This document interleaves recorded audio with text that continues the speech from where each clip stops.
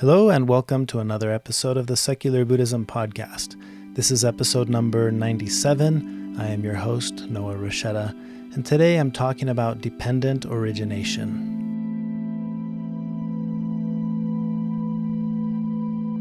Keep in mind you don't need to use what you learn from Buddhism to be a Buddhist. You can use it to learn to be a better whatever you already are.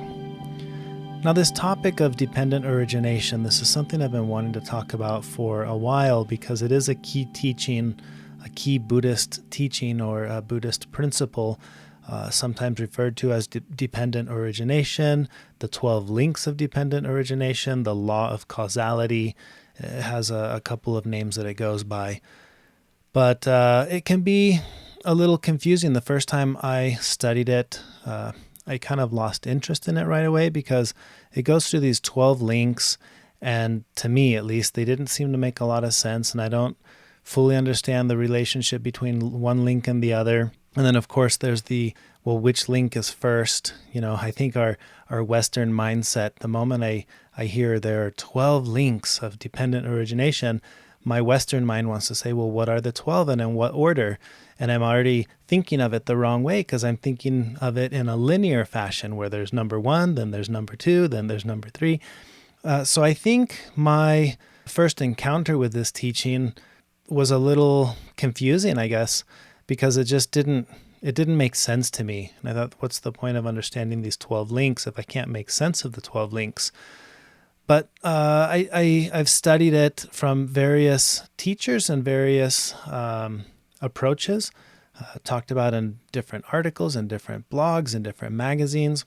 And I think the more I've come to understand it, the more simple it seems. On the surface, it may seem complex, but when you really dig into it, it's actually quite simple. So the first thing I want to do is talk about the 12 links, because if you were to study this topic from any school of Buddhism, you're going to encounter this teaching of the 12 links of dependent origination. And the 12 links are, number 1, ignorance or unawareness. Number 2, conditioning. And this is typically the conditioning that arises from how things are in our life. The third one is consciousness. This is the awareness or consciousness that arises from the conditioning. 4 is name and form, which is essentially our mental and physical formation. 5 is the 6 senses of sight, hearing, smell, taste, touch, and mental faculty, our mind. Number 6 is contact. It's the meeting of the sense organ with what's being sensed. Number 7 is feeling. This is the positive or the negative sensation that arises when that contact is made. Number 8 is thirst, or the desire to possess or avoid the sensations. This is essentially the wanting what's pleasant and not wanting the unpleasant. Then there's number 9, which is grasping. This is essentially what arises from that thirst, that craving. I like this, I want more of it, so there's grasping that arises. Number 10 is existence or becoming.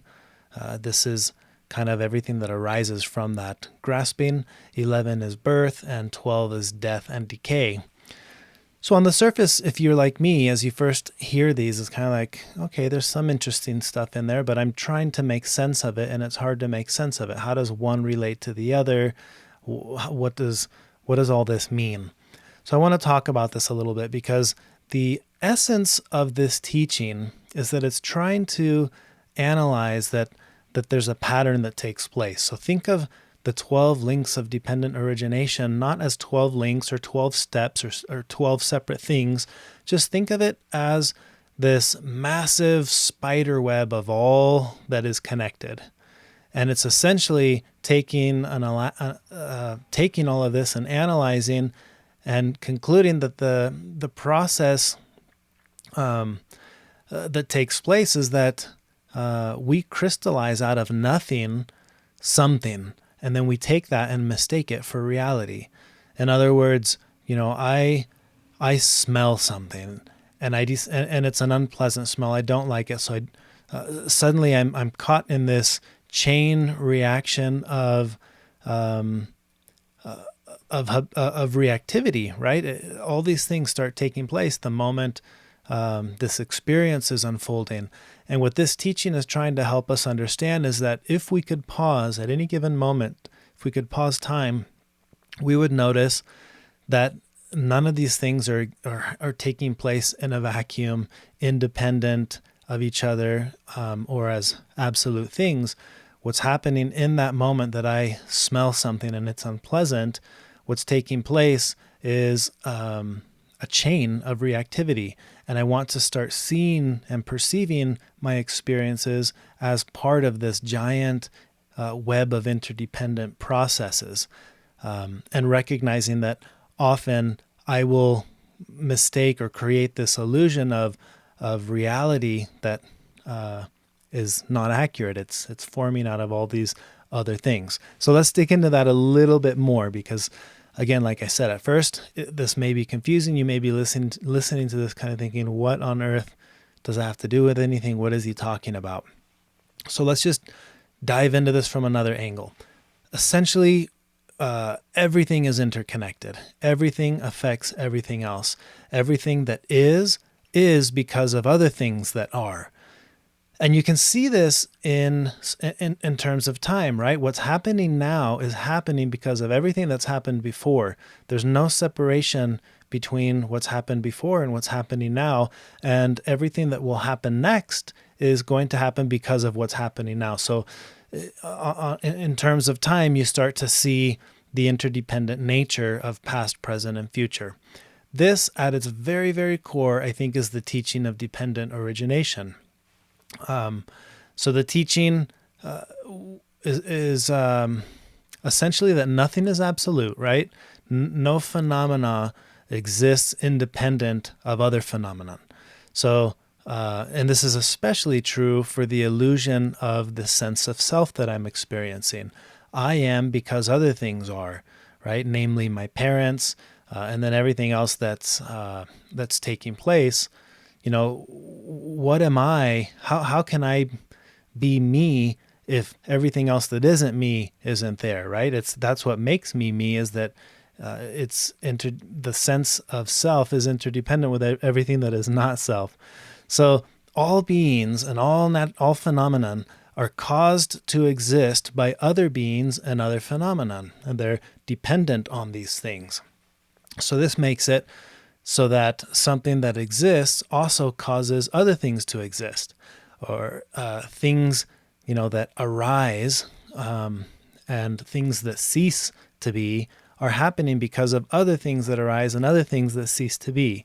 And all this arising and being and ceasing occurs in, think of it in a giant, vast web of interdependence.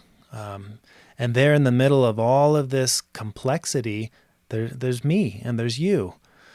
So unlike a lot of other religious philosophies, in Buddhism, there's no teaching of a first cause, right? We don't have the concept of initial creation, where something arises out of nothing. All of this arising and ceasing, if it has a beginning, that's not discussed, it's not contemplated, it's not explained. I've mentioned this before, the Buddha never delved into these existential questions. He didn't answer them. He emphasized the understanding of the nature of things as they are in this present moment. So that's where this teaching becomes really powerful, because the understanding of this teaching isn't to figure out the beginning or to understand what will happen in the end. It's all about seeing the interdependent nature of how things are in this moment. And the way that they are, the way that things are is because they are conditioned by other things. So you are conditioned by other people, other phenomenon, right? And other people and other things are conditioned by you. The Buddha explained it this way. He said, when this is, that is. This arising, that arising. When this is not, that is not. This ceasing, that ceases. And that's a pretty simple explanation that on the surface you would think, well, duh. But when you really sit and think about that and realize the nature of interdependence, it can be a really profound experience, because suddenly you're left with this realization that nothing is absolute. This is because that is. And if this is not, it's because that is not. And I like to take all of the things that I learn and that I try to put into practice through the studies of these teachings and concepts. Again, it's all about me, right? I cannot emphasize this enough, that what I try to accomplish in my practice, it's a very personal thing. I'm trying to understand me. So this nature, or this understanding of dependent origination, when it comes into practical day-to-day terms for me, it's me sitting with something, a feeling, a thought, an experience, or whatever it is, and trying to understand, why does this feel this way? Why am I thinking this? Why, if this is, whatever this is, it's because of that. What is that? And it can be really powerful because, again, like I said, as we go through life and we're experiencing emotions, especially strong emotions, or especially unpleasant strong emotions, it's very easy to get into reactivity and think, I'm feeling this, I don't want to feel this, and boom, I'm reacting. But rarely do we spend time with that emotion thinking, why does this feel this way? Why does this bother me? What does that have to do with me? And that quest for understanding myself has allowed me to be much more skillful in my relationships with others, especially in my family relationships, my relationship with my spouse, and with my siblings and my parents and my kids, right? So this concept of nothing is absolute. So the next thing to understand is that nothing is permanent. That's the other big implication of this teaching of dependent origination. And this is, this is related to that Buddhist concept of there's no self in the sense of a permanent, autonomous being that's separate from everything else. So what we think of as our self, our personality, and our ego, it's just, these are temporary constructs that arise because of the sensations and perceptions and the mental formations and all these other things that are taking place. In other words, this is because that is, right? So this is what you are. You're an assembly of things that are taking place that are the basis for the illusion of a permanent you, separate and distinct from everything else or anyone else. When in reality, these forms and sensations and etc., these were caused to arise and assemble in a certain way because of other phenomena. And again, you cannot have this without having that. So, and then as these things arise, they're perpetually causing other phenomena to arise. So, and that's how it goes, right? So there we are, entangled in this extremely complex web of things taking place.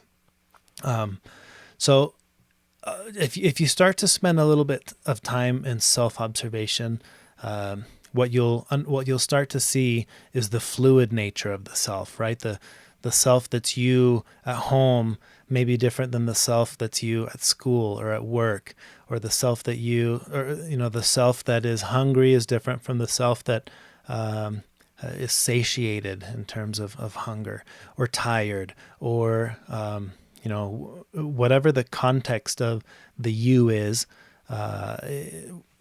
Pause and think, is the me of right now, the me that's out hanging out with friends, or the me that's on a road trip and I've been sitting here for 5 hours in the car, or whatever, right? That you, is that the same you as any other you? The you that hasn't been sitting in a car for hours, or the you that isn't sick right now, the you that's in a good mood versus the you that's in a bad mood, right? And you start to understand that the you that you are today may or will indeed be different than the you of tomorrow, or the you of 5 years, or the you when your mood slightly changes, or the you when your toothache stops hurting, or when your headache finally quit, or when you just got a raise at work and now the you that makes more money than the you from yesterday, that's a different you, right? And there's no single self to be found anywhere in any of that process. There's no permanent one where it's like, that's you. And then you can take this across, bigger, more obvious things. The you that was born where you were and when you were, and to the ideologies that you were born to, the social conditioning, and that you is different than the you that would have been you had you been born on the other side of the world, in a different culture, in a different religion, in a different gender. You'd be a different you.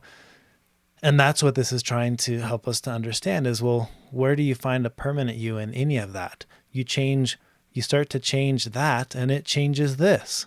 You start to change this and it changes that because of the understanding of dependent origination. There's something I like to share that the Dalai Lama teaches about this concept of dependent origination. He said, once we appreciate that fundamental disparity between appearance and reality, we gain a certain insight into the way our emotions work and how we react to events and objects.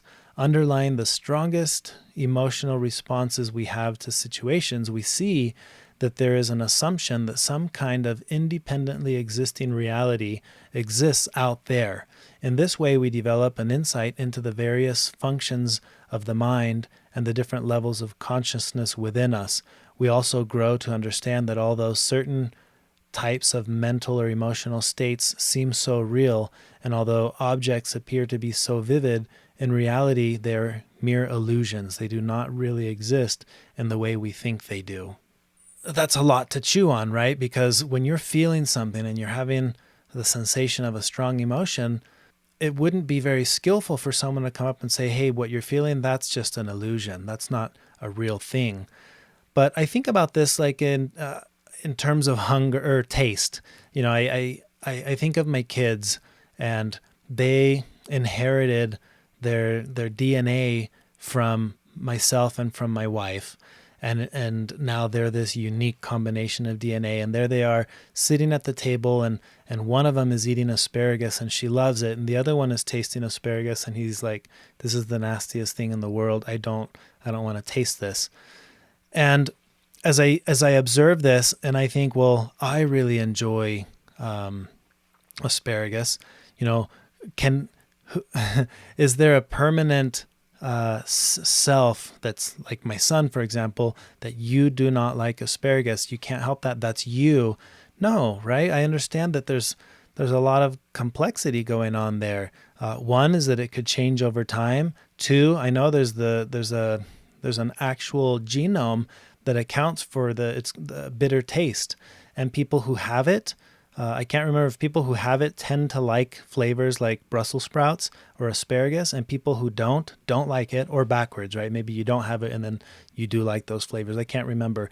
But the point is, there's an actual genetic predisposition for liking or being capable of tasting bitter flavor, and that will determine whether or not you like bitter or strong taste, like asparagus and or Brussels sprouts. So again, what if he had the slightly different genetic combination? Would he be a different person if he did like this flavor, if he did want to eat the asparagus? Will he be if that evolves over time? It's like there's no permanent self. And if that's true with something as simple as taste and the things that we're experiencing when we taste, who's to say what is the reality of taste that's taking place? Is it fair to say this, when you are eating this thing, it tastes good? That is real. But it's not real because someone else is eating this thing and it tastes bad. Which of those two realities is more valid? It's like, well, they're both valid because there's no such thing as asparagus is good or asparagus is bad. That's the illusion. There's no such thing. There's the complex understanding of my taste buds are predisposed to like this flavor, therefore the sensation of me liking this flavor arises. That's more accurate. But of course, we don't go around treating life that way unless we sit there in I don't know, meditation or contemplation, and we start to understand that's how all things are. When you say something to me that offends me and I don't like it, that's not reality. That's part of the complex web of dependent origination. I was conditioned to think that this word means this, and when you use that word, I'm conditioned to believe that you are thinking this about me. I've been conditioned to believe that people shouldn't think negatively of me. Therefore, I'm experiencing this very strong emotion that feels real, which is I don't like what you just said to me, right? Like all of that is taking place, but it's all these complex webs of interdependent processes that stem from my ability to hear, my ability to interpret that what I'm hearing means this, that this thing that I'm hearing that means this is a pleasant thing. I like pleasant things. Like, can you see where I'm going with this? As I start to look at this and I think of these links, then it starts to make sense. The six senses are hearing, for example, is meeting with what it is, what's being heard with what's being said, and that's causing a feeling, and the feeling is causing the sensation of I like this feeling. Well, that makes me want to feel more of it. Keep complimenting me, right? Or it's doing the opposite. Oh, I don't like what I'm hearing. I want to avoid this sensation. So now the mental formations arise that make me want to push this away, and now I don't like you. I don't want to be around you. And all of this is just taking place because of, again, very complex webs of interdependent processes. None of it is real. And at the same time, things are arising, and out of nothing, they're crystallizing into the illusion of reality. And I'm thinking that what I'm experiencing is real. It feels real to me, but that doesn't mean that it's real. So then that begets the question, well, how do we find an end to this, right? Because again, we're programmed to want to find a beginning, to want to find an end. Well, the idea here is that when we don't understand reality properly, when there's ignorance in the mind, if there's something unpleasant, we don't want it. If there's something pleasant, we want it. We want to get rid of it. Instead, when we start to see things through a different lens, through the lens of interdependence, for example, instead of ignorance in the mind, there's wisdom and there's awareness. And when we experience a feeling, but we don't have to compulsively or habitually grasp at it or push it away, if the feeling is pleasant, we just experience it mindfully without clinging to it. If it's an unpleasant thing, we experience it mindfully without pushing it away or cursing it, So suddenly no longer do the feelings condition this sense of desire. There's just mindfulness. There's detachment. There's, and I'm hesitant to use the word detachment, right? It's more like non-attachment. It's just seeing things as they are, kind of a sense of letting things be. And then when we can do that, if there's no grasping or clinging, there's no activity that arises behind that of wanting things to be other than how they are. We're not generating that energy anymore. Suddenly it's like we're just free to be in that complex web of interdependent things that are taking place. And we're not driven or blinded by our ignorance or our unskillful understanding of how things are. So the idea here is that every time we pause and we observe things as they are, when we bring awareness into the picture, it's like we're taking a hammer and we're hitting that chain of conditioning. We're trying to break it. And if we do this long enough and practice this extensively, what happens is the chain gets weaker and weaker until it breaks. And suddenly here we are experiencing life and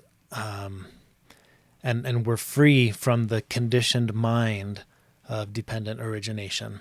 Now, there are aspects of this, that's the teaching. There are aspects of this that I think are worth highlighting, which is, as long as you are human, you're going to be doing the human things that we do, right? If, I don't think we should approach this teaching with the thought of, I need to free myself entirely from this chain so I don't experience reactivity.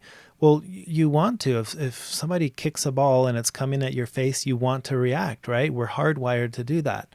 If somebody is going to attack you, you want to be able to react and get away from it or defend yourself or do whatever you need to do. So the point, I think, shouldn't be that I'm trying to never be reactive. The point is I want to be skillful with my reactivity and understand, when am I being reactive when I didn't need to be, and when was it good to be reactive and I'm glad I reacted. That's kind of the difference. And where this gets really powerful to me is in the dynamic of how we relate to ourselves and to others. If I suddenly have a certain feeling and it triggers a certain thought and now I'm in a certain mood, I can pause and I can observe that. And I'm not pushing away the mood. I'm saying, okay, this is the mood that I'm in, but I can sit with it and say, where did this come from? Oh, it arose out of this. Oh, and this arose out of that. This is because that is. And you start to have a more skillful relationship with the emotions that you're feeling, with the thoughts that you're having, with the, that's just with yourself, but then you extend this to other people and it's the same thing. Somebody says something or does something and you can see it for what it is. You can allow the feeling to arise. But you understand, oh, this is why I'm feeling this way. Oh, this might be why they're saying this. Oh, this might be why they did that.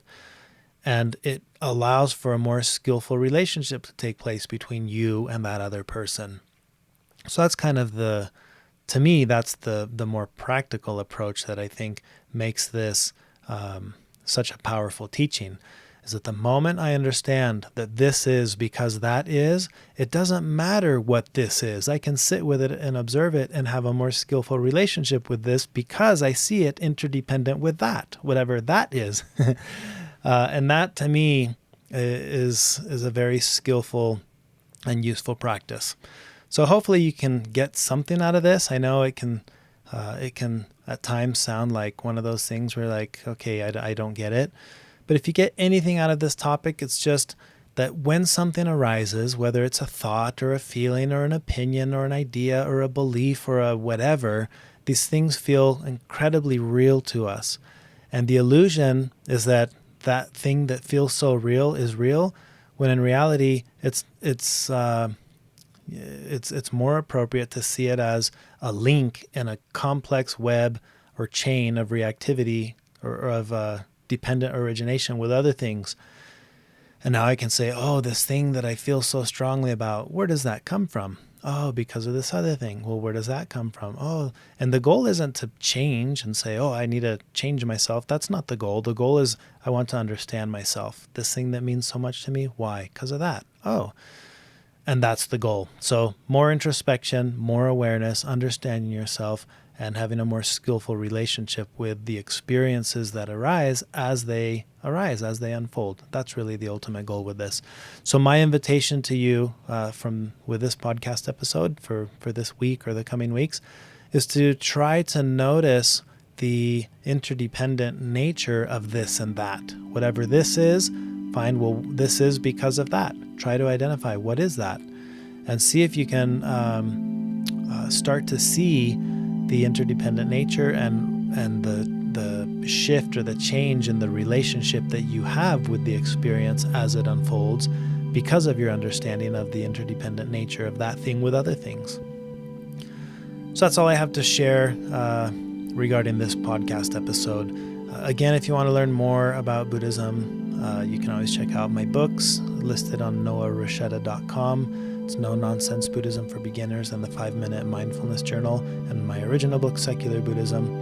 As always, if you've enjoyed this podcast episode, feel free to share it, write a review, give it a rating in iTunes. If you want to make a donation to support the work I'm doing with the podcast, you can visit secularbuddhism.com. And that's all I have for you now, but I look forward to recording another podcast episode soon. Thank you for taking the time to listen. Until next time.